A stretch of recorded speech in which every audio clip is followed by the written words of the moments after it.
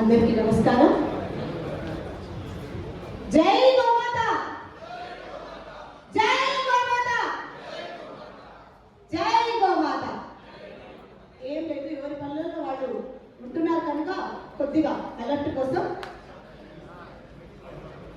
రాములన్న గారి గురించి వారి పరిచయం అందరికీ తెలిసిన పరిచయం నేను కూడా చేయడం నా అదృష్టంగా భావిస్తూ గత 20 సంవత్సరాలుగా సామాజిక సేవ చేస్తూ మానవ సేవయే మాధవ సేవ అని నమ్మి త్రికరణ శుద్ధిగా ఆచరించే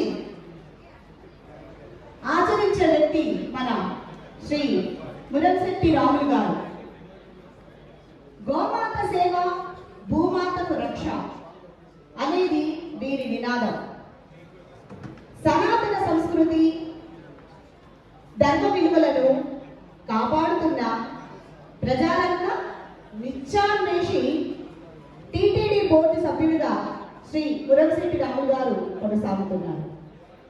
అమ్మ ఆవు అన్నం అన్న ఈ కాన్సెప్ట్తో వారి సిద్ధరామేశ్వర రాజేశ్వర ఫౌండేషన్ లోగోని తయారు చేశారు.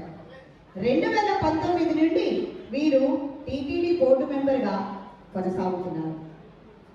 మూగ జీవాల రైతన్నలకు ముక్కంటి ప్రసాదం అయిన పశువుల సంతలో అన్నదానం చేస్తూ వీరు తన షష్ఠి పూర్తిని పశువుల సంతలో జరుపుకొని అందరికీ ఆదర్శంగా నిలిచారు. గోమాత వసతి లక్ష్మి అనే భావనతో గోమయంతో వినాయక ప్రతిమలు చేయించి పర్యావరణ పరిరక్షణకు తమ వంతుగా కృషి చేశారు. గోవులకు సీమంతం, లేగదూడలకు బారసాల జరిపించి అలాంటి ఘనత వారికే దక్కింది. మీకు చెత్త మాకు కొత్త, జనం వద్దకు జలం, మండే ఎండకు కేసీఆర్ అంబలి, ఇలా అనేక నినాదాలతో సామాజిక సేవ చేసిన మహనీయులు శ్రీ మురంశెట్టి రాములు గారు. వారు ఇప్పుడు వేదిక వద్ద నుంచి వారి మాటలను వివరిస్తారు. ధన్యవాదాలు. జై గోమాత. రాములన్న వస్తుంటే ఒట్టిగా రాలే ఇక్కడికి సభకు. మీ అందరి కోసం తిరుమల నుంచి ప్రసాదాలు తెచ్చారు, పద్మావతి అమ్మవారి దగ్గర నుంచి కుంకుమలు తెచ్చారు. గోవు కోసం మనందరం చేస్తున్న సేవలకు వారి అమ్మవారి ఆశీస్సులు, ఆ కలియుగ వెంకటేశ్వర స్వామి అనుగ్రహం మనకు ఉండాలని చెప్పి వారు ఇక్కడ ప్రసాదం తెచ్చి ఇవ్వడం జరిగింది. జై గోమాత, నమో వెంకటేశాయ. జై గోమాత. శ్రీ బగలామాత పుత్ర పద్మావతి సమేత శ్రీనివాస ఆయన ఈరోజు అఖిల భారత గోసేవ ఫౌండేషన్ అధ్యక్షుడైనటువంటి బాలకృష్ణ గారి పిలుపు మేరకు పుస్తకం గారి ఈ కార్యక్రమం రావడం జరిగింది. ఈ కార్యక్రమానికి విచ్చేసినటువంటి వేదిక మీద ఉన్నటువంటి అతిరథ మహారథులకు, వేదిక మీద ఉన్నటువంటి గో ప్రేమికులకు నా యొక్క పాదాభివందనాలు. ఇకపోతే ప్రతి ఒక్కరం కూడా గోసేవ అంటే ఈ మధ్య కొంచెం ఫ్యాషన్ కార్యక్రమం కూడా చేయడం జరుగుతుంది. ఇది కూడా అవసరమే, అది కాదని కాదు. ఎందుకంటే గోసేవ అంటే ఒక క్యారెట్ పెట్టి ఒక పాల కూడా కట్టబెట్టి సెల్ఫీలు తీసుకుంటున్నాం మనం, అది కూడా గోసేవని. కాకపోతే అవేర్నెస్ కోసం తీసుకుంటున్నాం, మనం తప్పట్టడం లేదు. గోసేవ అంటే వాస్తవానికి రామరాజ్యం ఉన్నది అంటే ఎలా ఉంది అనేది మనం ఒకసారి ఆలోచించాల్సిన అవసరం ఉంది. ఎందుకంటే గోవు అప్పుడు ప్రతి ఒక్క ఇంటిలో ఉంది కాబట్టి, గోవులు రక్షించబడింది కాబట్టి పాడి పంట ఉంటేనే దేశం సుభిక్షంగా ఉంటుంది. పాడి పంట రెండు రావాలి అంటే చెట్లు ఉండాలి, వర్షం ఉండాలి. ఇవన్నీ ఉంటేనే మనకు రామరాజ్యం సాధ్యమైంది. అప్పుడు ప్రతి ఒక్క ఇంటికి గోవు ఉండేది, మీకు చాలామంది తెలుసు. అప్పుడు ఇంతకుముందు అమ్మగారు చెప్పినట్టు మనం ఎక్కడో కూర్చోండి, ఇక్కడ సిటీలో కూర్చోండి, మనం కూడా ఇంతకుముందు మాట్లాడిన పెద్దలు జేడి లక్ష్మణ గారు కూడా మనకు చాలా మంచి సూచనలు ఇచ్చారు. ఎందుకంటే మీకు చాలా మంది పెద్దలకు కొత్త వాళ్ళకి తెలియదని పెద్దలు తెలుస్తుంది. జంగిటి విధానం ఉండేది ఇవాళ గ్రామాల్లో. జంగిటి విధానం అంటే ఒక ఊర్లో ఒక పనివాడు ఉండి వాడు వస్తున్నప్పుడు కరెక్ట్ 5:30-6 గంటల ప్రాంతంలో ఆ పశువులు ఇడిచిపెట్టేవారు. ఇప్పుడు అవి బస్సులు అయిపోయినాయి మనకు. ఎందుకంటే బస్సు వస్తున్నాయంటే ఆ పిల్లలను తోలిస్తున్నాం మనం. మరి పిల్లలు సాయంత్రం బస్సు వస్తుంది మనం తీసుకుని పోతున్నాయి. ఆ విధానం ఏంటంటే అప్పుడు ఎవరి ఆవు వాళ్ళ ఇంటికి వెళ్ళిపోయేది. ఆ దున్నపోతులు బర్రెలను రాకపోవు. ఆవు మాత్రం గుణం అదొకటే ఆవు పుట్టిన తర్వాత విత్తిన మన లోపట్టే తన తల్లి దగ్గరికి వెళ్ళిపోతుంది. అదే గేదె కానీ మొదటి పోదు. తర్వాత గోశాల యజమానులు కానీ ఇళ్ళల్లో పెంచుకునే వాళ్ళు కానీ మనకు గోవు సేవ అంటే మనం వాస్తవానికి ఏంటంటే ఇక్కడ నిలిచినప్పుడు అది పైకి రావాలనుకుంటుంది. మన విషయం అంతే చూస్తాం, కానీ దాని కండలకి నీళ్ళు వస్తున్నాయా లేదని చూడాల్సిన పరిస్థితి. ఇంతకుముందు చెప్పినట్టు ఆ సూర్యకిరణాలు బ్రహ్మ విష్ణు మహేశ్వరి స్థానాలని దాన్ని నిలిచినప్పుడు మనం గోవును ఆవుగా చూసినప్పుడు ఒక విధంగా కనబడుతుంది, గోమాతగా చూసినప్పుడు ఒక విధంగా కనబడుతుంది. ఆ ఊపిరం అనేది దానికి మనం చేసినట్టయితే అక్కడ బ్రహ్మ విష్ణు మహేశ్వరుడు సంతోషపడతారు. అదొకటి. గోమయ వసతే లక్ష్మి.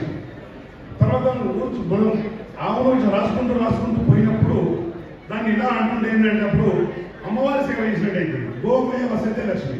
అంటే ఇటువంటి కాన్సెప్ట్తోని మనం చేసినట్టయితే గోమాత మనల్ని తొందర దగ్గర తీసుకుంటుంది. ఇప్పుడు బ్యాంకులు ₹1,00,000 నీకు ఎన్ని వాపసు వస్తాయి?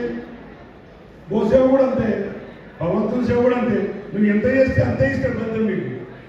నువ్వు ఎంత ఫలితం చేస్తే అంతే ఇస్తాడు. ఇప్పుడు నేను కూడా ఏంటంటే 2014 నుండి నా సొంత గోశాలలో ఈ గోశాలను చేయడం జరుగుతుంది.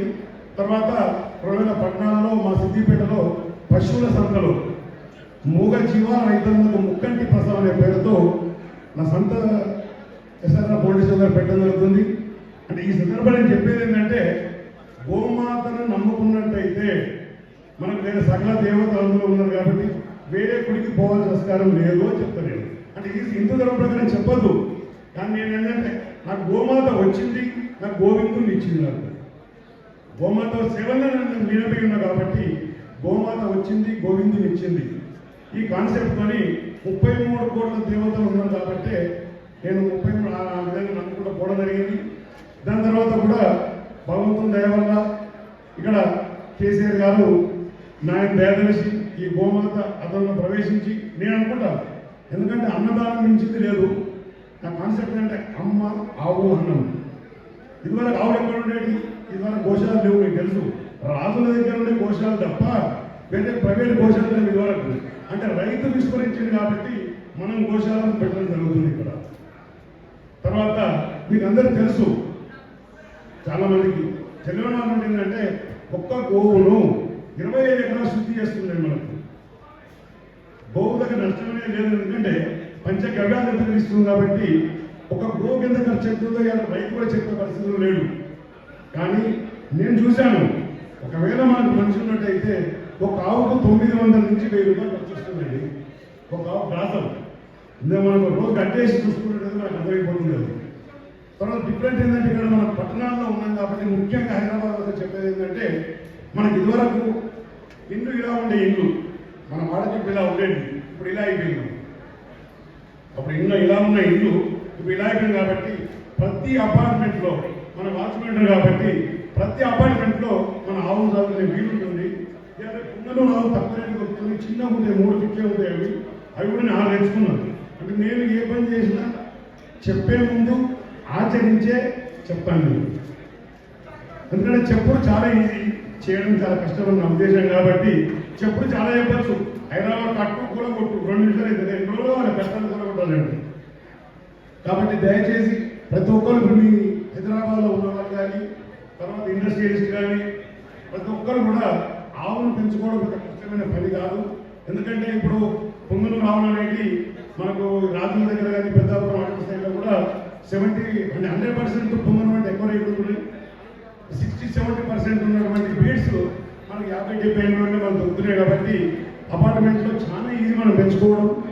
తర్వాత ఇప్పుడు నేను కూడా సార్ లక్ష్మణ్ గారు చెప్పినట్టు, ఎందుకంటే ఆవును తెచ్చుకుంటాను, పెంచే విధానం ఇలా దాని గురించి నేను స్టడీ చేశాను. సిద్దిపేటలో కూడా ఎలా స్టడీ చేశానంటే, ఇదివరకు మనకు టాయిలెట్స్ వెళ్ళినప్పుడు ఆ మేతరి వల్ల వచ్చిపోయేవాళ్ళు మనకు, అంటే వచ్చి క్లీన్ చేసి వెళ్ళిపోయేవాళ్ళు.